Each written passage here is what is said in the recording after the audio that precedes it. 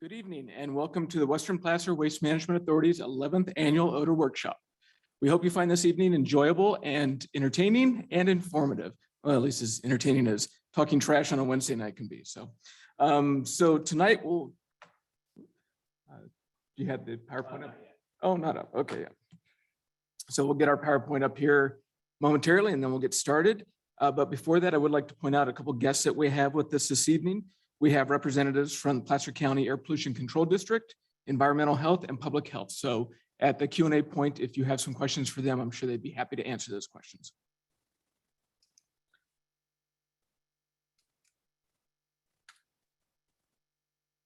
I'm not able to, oh, there we go. Okay, so the agenda for this evening, we'll give a brief overview of who the authority is and how we were formed, the evolution of our facilities. We'll talk about regional and facility related odors and provide a little more insight into the odors that you may be experiencing. We'll talk about our site-wide odor plan and how the authority is working to minimize those odors from our facility. We'll talk about some impending regulations that will have a significant impact on how we manage waste in the future and the plans for the authority's facility into the future. And then we'll wrap up with questions and answers for you. So the Western Placer Waste Management Authority is a joint powers authority that was formed in the late 70s between the cities of Rockland, Lincoln, Roseville, and the county of Placer to manage solid waste on a regional basis and originally to site a regional landfill. But over time, the facility has evolved to meet the needs of our member agencies with the big step of implementing a materials recovery facility and a composting operation to help the member agencies meet and exceed the state's mandate for recycling divertible materials. We are governed by a board of directors made up of elected officials from our member agencies. The current composition of that board is shown here with Supervisor Gore and Supervisor Wygant representing Placer County, Councilmember Dan Carliskint representing the city of Lincoln, Councilmember Bill Halden representing the city of Rockland, and Councilmember Pauline Ricucci representing the city of Roseville. So with that, I'm going to turn it over to Keith and he's going to talk about the authority's facilities. Thank you, Eric. Like Eric mentioned, the Western Placer Waste Management Authority was back then called the Landfill Authority, and it acquired this site, about 320 acres, to construct a landfill for the region. There was a study done, multiple locations were investigated, and this was the best suited location based on that study at the time. So the landfill started in '78, and over time, as laws changed and opportunities came around, the Waste Management Authority constructed a mixed waste recycling facility that's still here today, as well as a compost facility. And at the compost facility, we take the yard waste and grind it up, put it in piles, and turn it over time, agitate it until it breaks down and becomes a sellable product. That facility expanded in 2005 and again in 2012. So among the, among the odors that are produced here from the waste received from the residents and businesses of Placer County, there's the yard waste composting facility, there's the landfill, which now on this slide is that small red square off to the right there. The landfill does exist on most of the property that's shown there, but it's covered up every day. And after about 6 months, covered up with more dirt. And then once it's reached its final height, it's covered up with even more dirt. So primarily the emissions we see are from the active areas near that dot, despite our operation of a landfill gas collection system and covering it at the end of every day. In 2014, we did a study to try and characterize the odor potential of the different facilities and operations conducted at this site. And that study indicated that, not surprisingly, because composting is performed outside and the way we do it now requires quite a bit of agitation of the material through that cycle, composting was the greatest odor potential at the site in that study. Not too far behind that is landfill gas. whether in an active area or an inactive area. If I had to guess today, I would say landfill gas is probably less of that and compost probably a little bit more of that, just the way the system's operated currently and the tonnages that we're receiving and landfill gas that we're able to collect. With that, however, we're not the only facility capable of producing odors or odors that smell like the odors that we produce.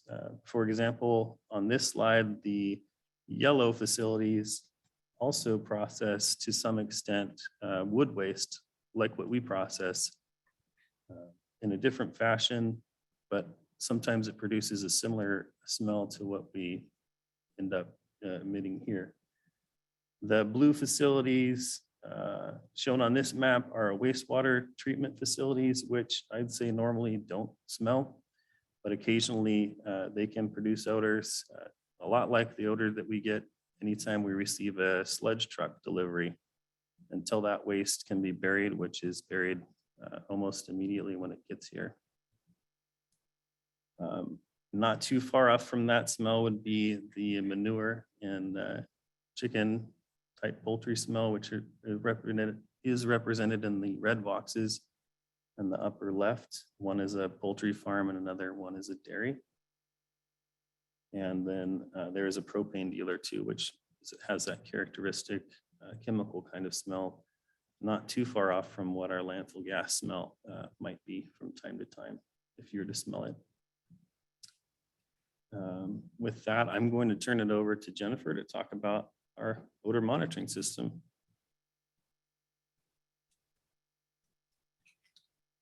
We utilize a continuous odor monitoring system to record the intensity of odors generated at our facility. Using data from the on-site odor sensors in the weather station and the CalPUF modeling system, we are able to generate a model representation of the potential offsite transport and dispersion of odors and compute likely odor intensities at select locations. For those of you that have submitted odor notifications, this is the system that provides data for the video clips and reverse trajectory images attached to the odor notification response form. Another feature of the odor monitoring system is a reverse trajectory model that predicts the path of a theoretical odor particle based on data from our on-site weather station. As depicted on this slide, the reverse trajectory route highlighted in purple represents the likely pathway of the odor particle, beginning at the location of where the odor was experienced, shown at T-0 minutes, and backtracking to its location 60 minutes earlier, shown at T-60 minutes. If the pathway crosses our facility, we consider ourselves to be the source of the reported odors. If the pathway is not going across or near our facility, then we don't attribute the experienced odors to us. At last year's meeting, we had discussed the implementation of offsite ambient odor sensors to complement our onsite odor monitoring system. And based on the feedback provided by attendees, we decided to proceed with the installation of 6 of these sensors. Last month, we finished the installation of the offsite sensors, which includes several placed along our perimeter fence line and in nearby public parks immediately south of us in Roseville. The purpose of these sensors is to provide an early indication of odor and ambient air, which could prove useful to us in identifying and addressing odor issues before they are experienced by the public. The inclusion of offsite sensors will also be helpful in further assessing the migration of odors generated from our facility. And now I'll be turning it over to Sarah to talk about our site-wide odor plan.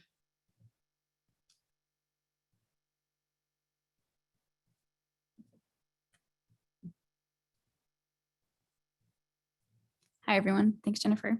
So the site-wide odor plan is a guide for our staff and operator that outlines the best practices for preventing and monitoring odors.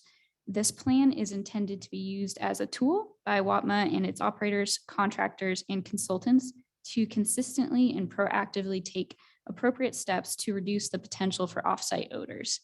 This plan was approved by the WPWMA board in 2020, and our staff began implementing the plan in January 2021. So one part of the plan includes offsite weekly monitoring, as well as investigations when odor notifications are submitted. you may see me out there driving our WPWMA vehicle and using this tool called the nasal ranger. The nasal ranger is an olfactometer that detects odor dilution in the air and measures the strength of the odor. So I use this tool if on my regular offsite monitoring, if I do detect an odor or if we're notified of an offsite odor. These are the 12 offsite monitoring locations that I visit every week. Usually I'm out there in the mornings when the offsite odors are known to have been reported. At each visit, I record the time, the weather, and the odor strength and type if it's identifiable. Although on most visits, the odors are non-existent or fairly faint. And I'll turn it over to Stephanie to talk about the regulatory environment.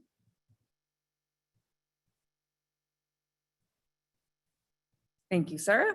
As Eric mentioned earlier, there are some regulations driving some of the facility improvements that we're going to be doing. So Senate Bill 1383 was passed in November of 2020, and that's California's comprehensive strategy to reduce greenhouse gas emissions below 40%, or excuse me, to 40% below 1990 levels by the year 2030. Part of that strategy focuses on diverting organics from landfills in an effort to reduce emissions of methane gas. And according to CalRecycle, roughly 2/3 of landfill waste in California is organic waste. The primary goals of 1383 related to solid waste are a 50% reduction in landfill organics by 2020 and a 75% reduction by 2025. These regulations take effect in January 1st of next year. While the bill calls for diversion of all organic materials from landfills, the focus is primarily on green waste, which includes residential and commercial green waste, and also food waste. So while the authority already has a robust system for green and wood waste recovery, and we've been diverting that material from the landfill since 1995, the challenge for us and other similar facilities will be capturing additional organics from the waste stream. CalRecycle estimates that up to 100 new or expanded organics recycling facilities will be needed statewide to manage the additional material being recovered to achieve 1383's 75% reduction goal. And we will have to expand and upgrade our current solid waste management facilities in order to receive and process additional types and quantities of organics to assist Placer County jurisdictions in meeting those 1383 diversion requirements. Increasing the types and quantities of organics processed at our facility also has the potential to increase facility odors. I'm going to turn that over to Keith to discuss composting. Thanks, Stephanie. As I mentioned before, our current composting system is what we call a windrow type system where the material is chipped and brought in to the area and it's composted in that area and it's agitated. And that gives quite a bit of opportunity for emissions to occur when that material is agitated. So there's another way to do that without using that agitation as an aeration method, and that is to force air into the pile and leave the pile in place. And that's what we call aerated static pile composting. It's been shown at other sites to reduce emissions by up to 90% from our current style of operation. So we have been working with the Air District and the Placer County Environmental Health to get permits in place to switch to that style of operation as we move towards, like Stephanie mentioned, being able to accept food waste on a permanent basis here at this facility into the composting system instead of sending it where it goes now, at least partially, which is to the landfill. So expect to see some decline in surface landfill gas emissions potentially at the landfill, bringing that material back into the composting system where it can be managed in a aerobic environment. And that will for sure take place by the middle of next year when we have a new operations contract underway. And with that, I'm going to hand it back to Eric to talk about other changes coming up. Thanks, Keith. Yes, it's been noted tonight. We've given a pretty good overview of how the authority operates to this point, but we're really at a pivotal point where the solid waste systems around us are changing. And so a number of years ago, the authority initiated a master planning effort, which we've dubbed Renewable Placer, our waste action plan. And we identified a series of challenges that were emerging that really necessitated some immediate action on the authority's part. As Stephanie already mentioned, the change in regulations, particularly around organics recycling, was a pivotal one. But we also understood that the population that we serve could double within the next 30 years, and with that, a commensurate increase in the amount of waste we receive. Unfortunately, right now, our facility operations are reaching their capacity limits, and we really don't have the space to handle that additional amount of material that we anticipate receiving over the next couple of years. In addition to those challenges, over the past decade, we've seen a virtual collapse in international recycling markets. And that puts an enormous amount of pressure on facilities like ourselves, where we're required to keep materials out of the landfill and send those off for recycling. This is a very market-driven operation. And unless somebody wants to buy the product, there's really no point in pulling it out. So as recycling markets start to collapse, it puts a downward pressure on recycling and an increased economic pressure to do so. And finally, there's, as many of you likely know, there's a lot of urbanization around us now. There's a lot of growth in the community, and the areas around our facility are changing pretty dramatically. I'd like to show a couple slides to represent how significant that is. So the current slide here shows what our facility looks like now in relation to the cities of Lincoln to the northeast, Rockland to the east, and Roseville to the south. And again, we're the green square right in the middle of that screen. So as it's shown here, there's still plenty of open space around us and undeveloped properties, but the land use plans of the agencies suggest considerable development over the next 30 years. And this includes significant residential development to our south, with a little bit to the north as well. So despite these challenges, the authority looked at these as opportunities to modify our facility and really move it to the next level. So we identified, 6 major opportunities, one of them being to modify our facilities to increase the amount that we're able to recycle and keep out of the landfill, ensure compliance with regulations by modifying our organics processing facility to help achieve compliance with 1383 without the need for any of the jurisdictions to change their waste collection methods, provide additional support and capacity for future development of the population so that as new development comes in, we're able to support the burgeoning need for waste services from that population. We also want to create opportunities for industrial innovation and job creation. And I'll talk about that again in a moment, but there's an exciting opportunity here to bring facilities next to us to help recover more materials and find beneficial uses for those materials. In the end, when we implement all these things, it will provide a safeguard to the constituents that we serve to keep local control over our waste stream and the rates that are charged to customers. We have, as I mentioned earlier, a board of directors that governs this operation and sets the rates, and they're very conscious of the costs that are borne by residents and businesses in the area. And they want to keep those stable by keeping a long-term focus on how we manage our waste. And last, but certainly not least, is we're working to enhance our compatibility with the current and future neighbors and really to be the best neighbor we can be. So we've taken a 2-step approach here in this waste action plan. And the first I want to talk about is the short-term approach, the immediate approach. And it's really a bridge to our longer-term plans. It is a procurement for our next MRF and landfill operator. And some of you may know that we have had the same MRF operator here since the MRF was first built in 1995. And after considerable debate amongst our board, they realized that it was important and imperative and in the public's best interest to go out and conduct a competitive procurement to identify who should run the facility in the future. When we solicited firms and sent a request for proposals out on the street, we received responses from 4 separate firms to operate the MRF.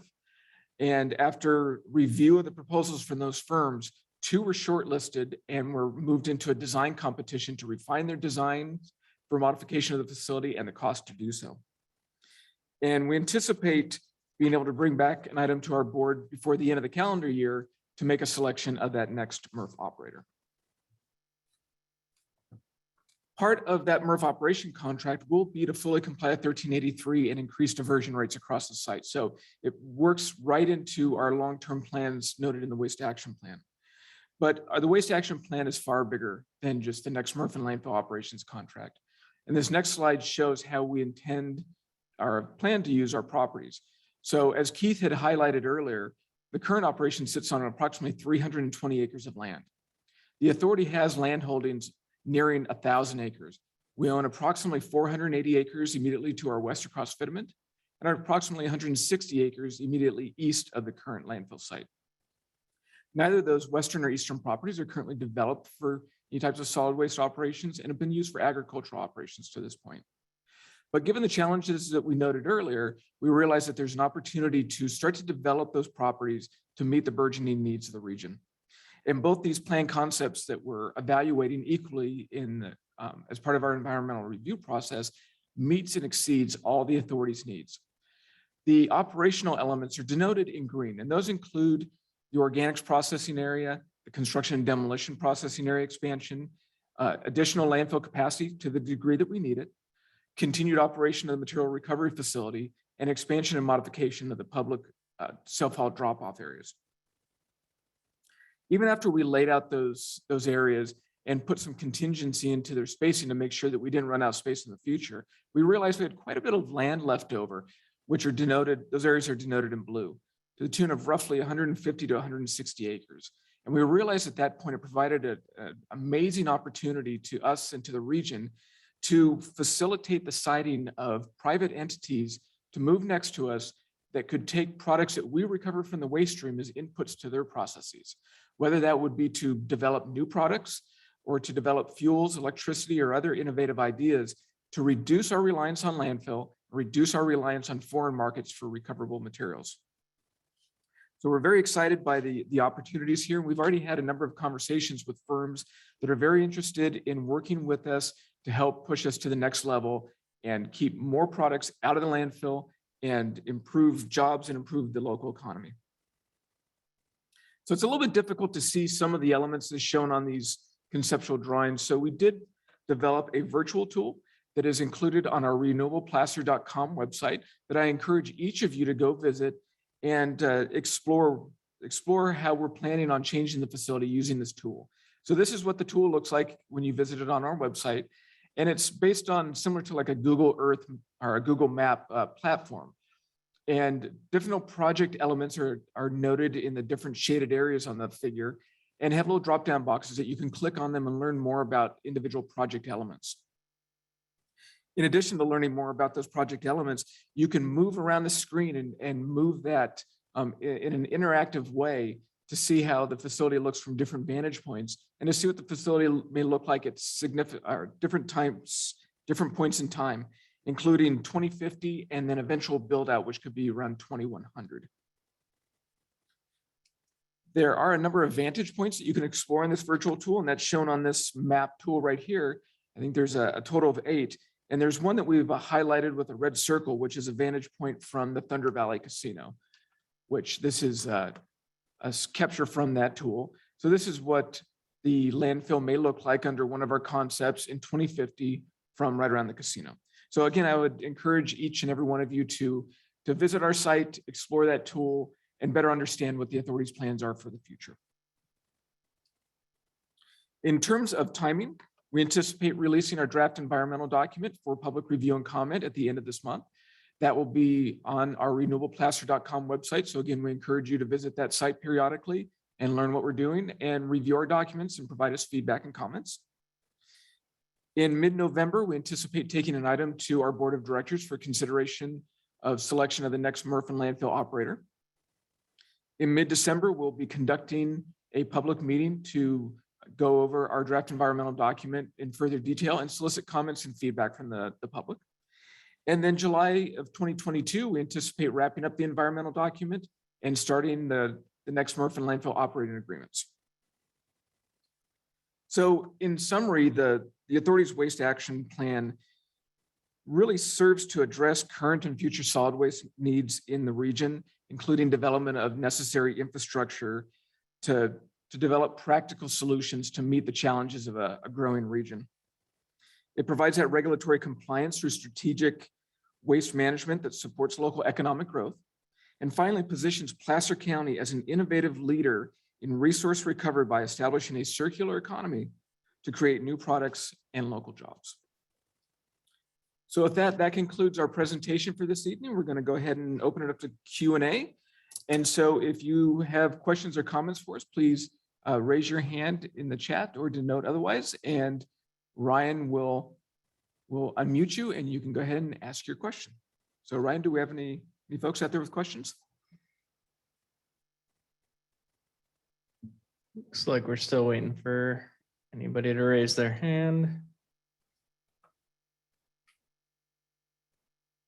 This will also be the time where I promote our local enforcement agency members and public health members to panelists so that they can also get in and answer any questions.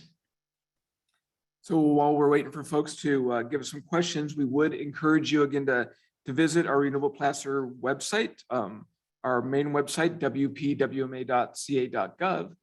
And then finally, at the end of this session tonight, we'd encourage you to complete the survey and give us some feedback on the presentation tonight, and if there's any suggestions to make it better and more informative for you. So it looks like we do have a question there. Yep, so we have a question from Miguel Galvin. Okay, Miguel, go ahead, please. Thank you. My question is, with each concept, how will that affect the buffer zone that's required for developers? All right, Miguel. we're working through some technical difficulties here. Are we? Does it show him muted still? All right, Miguel, go ahead and unmute yourself and we'll see if we can get you in here. Can you hear me now? Yep, Sure thank you. Perfect. So my question is, how will each specific concept affect the buffer zone for future development? That's a great question. Thanks, Miguel. So Miguel's referring to a buffer that was established by Placer County in its general plan. It used to be a 1 mile residential buffer around our facilities, and that was to protect encroaching development from issues associated with what would be considered incompatible uses, and which would include dust, noise, traffic, and odors. The county recently reduced some of those buffers, but we're confident in the actions that we'll be taking will reduce some of those major impacts, particularly one of odors. So both concepts really strive to enhance our compatibility with our neighbors. And as Keith and Stephanie noted, a big portion of that will be removing organics from the landfill and managing those in a different way. By doing so, it'll reduce the amount of landfill gas that we produce from the landfill, and by extension, the odors that are associated with that gas. There is the anticipation that odors from composting will change, but as Keith noted, we're completely switching our method of composting to really reduce the emissions and associated odors from composting. So we're very hopeful that despite the changes in the buffer policy, is that it will not impact this operation, nor will there be significant impacts to residents nearby us.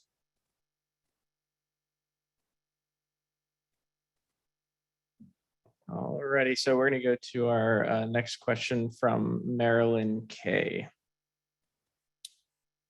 Go ahead, Marilyn. Okay, what is the before and after buffer zone that you're speaking of?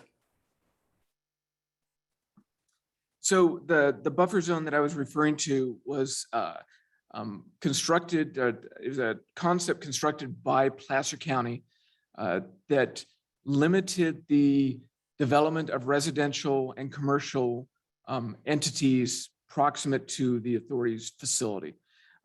Again, that was really intended to reduce the potential impacts associated with dust, noise, traffic, and odors from our facility on sensitive receptors that could be sited near the facility. So as I mentioned, the buffer for residential development used to be 1 mile from our property line. It's been reduced to 2,000 feet recently as part of the Sunset Area Plan and Placer Ranch specific plan. But we're confident that in working with the county, we've identified some mitigation measures and funding strategies to help us improve our operations and become a better neighbor, such that the change in the buffer will not have an adverse impact, both on the viability of this facility and neighbors that end up moving closer to us.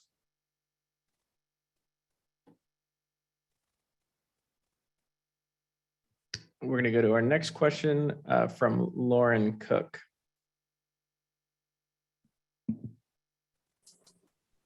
Good evening, Lauren. Go ahead. Good evening, Eric, Keith. Nice to see you guys again. I want to ask about the organics and the requirement that the state is currently putting on you to handle those in a different manner. And originally we had heard that there were going to be separate pickup containers for those. And I'm not really hearing that or seeing that in the plans you're laying out there. And I just wanted to get confirmation on that. Is that in the plan for separate containers for food organics and things like that? Or is that something that the new operator is going to be taking care of in a different way? It's a great question and one that unfortunately doesn't have a complete answer yet. So how waste is collected is really up to each individual jurisdiction. I know Roseville is exploring options to collect food waste in a different way than some of the other jurisdictions. How we have set up our facility in the future and our next MRF operating agreement will be flexible in that it can accommodate whatever the jurisdiction chooses for their collection method. So whether that's a co-collection of green waste and food waste and a source separated recyclables bin, such that Roseville's looking into, we'll be able to handle that. Or if it's the same system that we've been operating for the last 25 years, where there's a green bin with green material only and everything else in the other bin, we'll be able to handle that. The conceptual designs brought forward by the future MRF operators, they're both confident that they can recover the organics from the mixed waste stream and then subsequently compost that. So again, it won't necessitate a change in collection operations, but it won't preclude any of the jurisdictions from contemplating changes.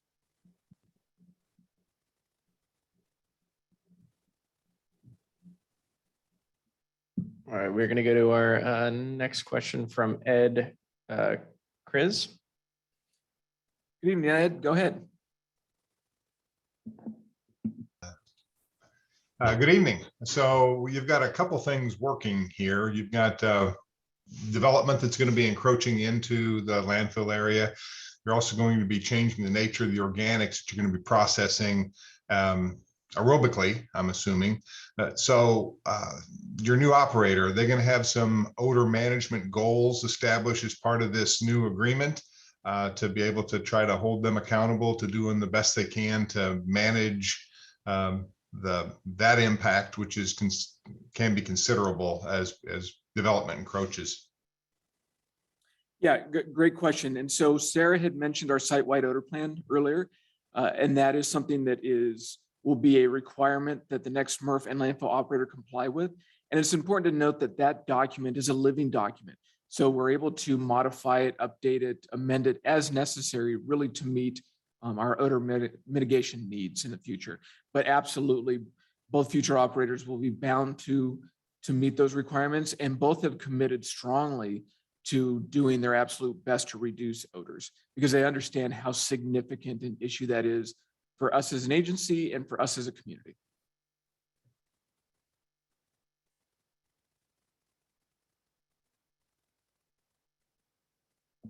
It looks like Miguel and Lauren still have their hands up. I'm going to go to Miguel and see if you had a follow-up question or if that was an accident. Okay, they both lowered the hands. So, so far it looks like everybody currently. Give it just a few more moments.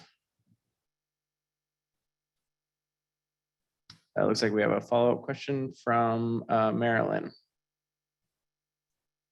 Go ahead, Marilyn. Sorry. Does that mean I should probably put my pumpkins in the garbage as opposed to the landfill to reduce?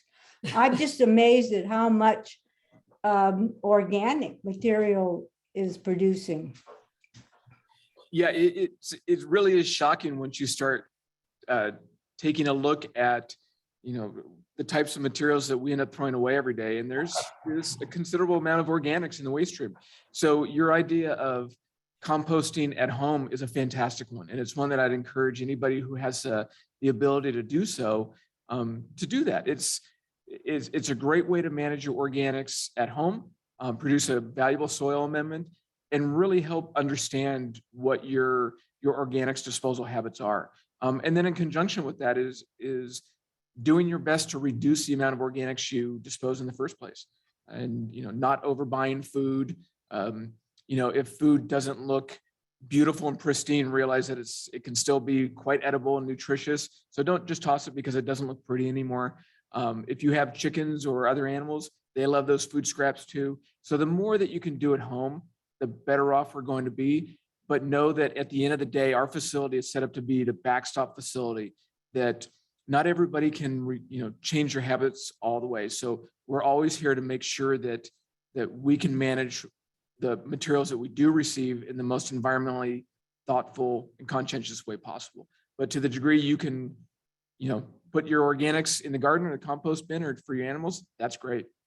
I just wanted to add that as the jurisdictions do implement additional collection programs, they'll be doing significant outreach to let you know if anything changes. If your pumpkin needs to go in the green bin or the black bin or the blue bin, or, you will be getting information on that if your jurisdiction does change their collection programs. Yeah, great point. Thank you.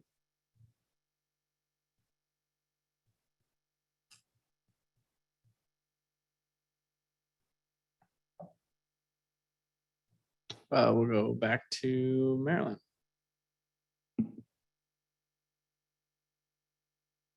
Go ahead, Marilyn. Oops. Did you protest this parameter? Because this seems like a big reduction change. Which parameter? I'm sorry, can you ask the question again? I'm not sure that I quite understood. That parameter that they changed from 2,000 to 1 mile to 2,000 feet. Did you resist that and protest it? Because it seems like a drastic change. Yeah, our board certainly engaged with the county and realizing that it was not the authority's buffer, but that we certainly were the beneficiary of that buffer. We ended up having considerable conversations with the county and commented throughout that process. But in the end, we understood that regardless of what the buffer mandates are, what the buffer restrictions are, it's really incumbent on the authority to be the best neighbor it can be. We understand that the area is becoming more urban. And while we understand that odors are a byproduct of our operation and that they'll never go away fully, that doesn't relieve us of the responsibility of doing our best to mitigate those impacts. So regardless of what the buffer looks like, we understand that it's just a matter of time before the county develops and encroaches closer to us. And I just wanted to add, as we know, the buffer is being decreased. In addition to the site-wide odor plan that includes some mitigation measures, the environmental impact report that we're doing right now includes additional mitigation measures, because we know the buffer is going away and we know we're going to have to do more to reduce the potential for odors. So Thank you for this presentation, because you've really done a good job of community outreach. I appreciate it. Thank you. Thank you. Thank you so much.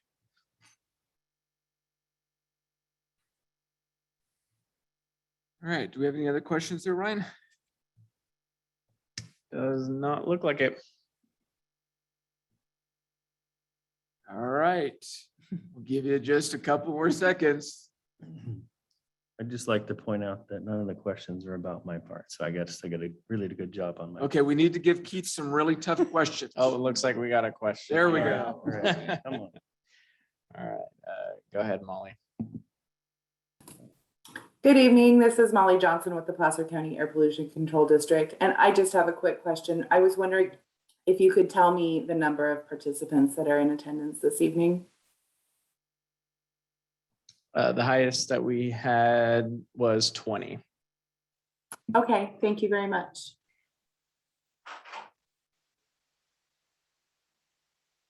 All right, well, unless there's any other questions, we'll go ahead and wrap the meeting up. Again, I want to thank everyone for taking the time this evening to join us, to hopefully learn a little bit more about our facility and to give us some direct feedback. We really appreciate it.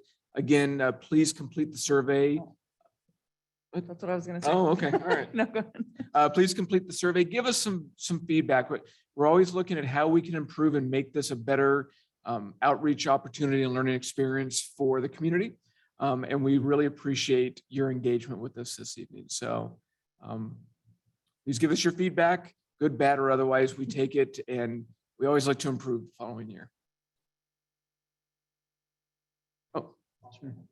Okay, go ahead, Molly.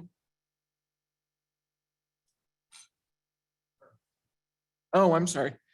Go ahead, Marilyn. Yeah, I'm sorry, you don't get to go home yet. All right. I wanted, would you please reintroduce the panel there? Sure, absolutely. And then Sort say, of. then I will say goodnight. Okay. And- We'll start off with Sarah on the end. Go ahead, Sarah.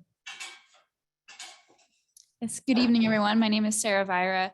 I am a student intern here at the Authority. I'm interning while I get my master's in public policy and administration from Sac State. Very good. I'm Keith Schmidt. I'm an engineer here with the Waste Management Authority.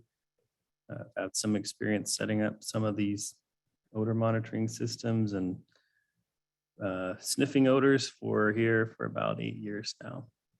Let's not forget Ryan Schmidt, Oh, who is that's not right. related to me, and off camera to our left, who's also an engineer here. If you want to introduce yourself, if you're on mic. Yeah, my name is Ryan Schmidt. You can't see me, but you can hear me. I've been an assistant engineer here for just over a year now.